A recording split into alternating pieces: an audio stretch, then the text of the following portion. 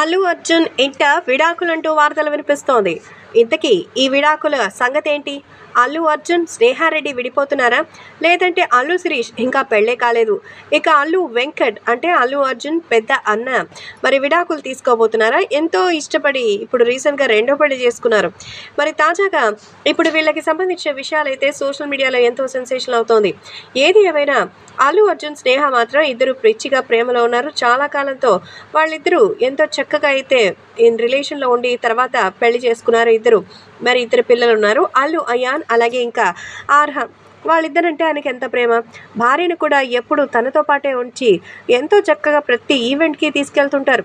అంతేకాకుండా అల్లు అర్జున్, అల్లు స్నేహకి పూర్తి స్వేచ్ఛనిచ్చారు.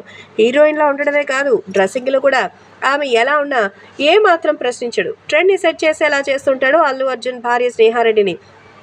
ఈ నేపథ్యంలో తాజాగా అల్లు వారింట విడాకుల వార్తపై అయితే ఆయన స్పందించినట్టుగా అయితే తెలుస్తోంది. సో ఈ విడాకుల వార్త అయితే నిజం కాదని, అటు వెంకట్ కానీ లేకపోతే ఇతర కుటుంబ సభ్యులు ఎవరు కూడా విడాకులు తీసుకోవడానికి ఏమాత్రం లేదని, ఇది కేవలం ప్రచారం మాత్రమే అంటూ కొట్టిపారేస్తున్నారు.